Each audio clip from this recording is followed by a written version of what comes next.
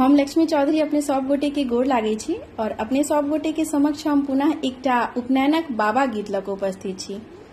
गीत के मांग ऋचा झाजी द्वारा कयल गेल छन। बहुत बहुत आभार बहिन अपने के। गीतक रचना हम स्वयं केने छी और आशा करे छी जे अपने सब गोटे के नीक लागत। जौ कोनो तरह त्रुटि भ जाय तो अपने सब गोटे से कॉल जोड़ कर क्षमा प्रार्थी छी। धन्यवाद। मरबा गगन में ठेकाओला ऊंच का छराओला रे आहे मरबा गगन में ठेकाओला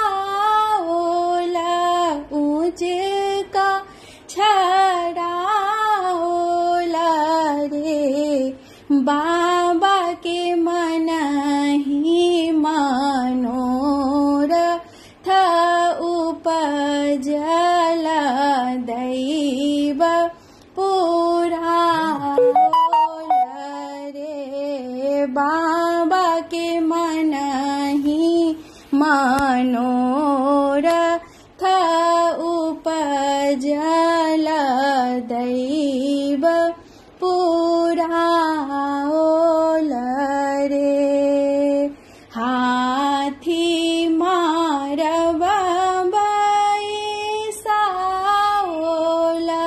ऋषि के मनाओला रे आहे हाथी मारब बैसाओला ऋषि के मनाओला रे बाबा के मन छला जनऊ गढ़ाया दैव पुरा रे बाबा के मन छला जनऊ गढ़ाया दैव पुरा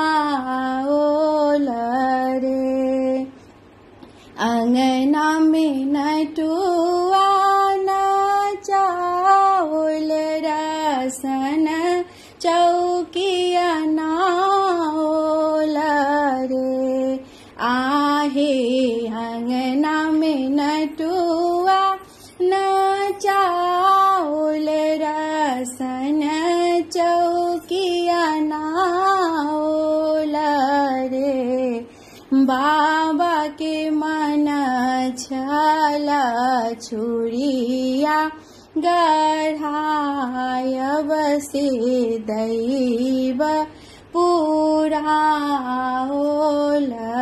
रे बाबा के मन छला छुरिया गढ़ायब से दैव पुरा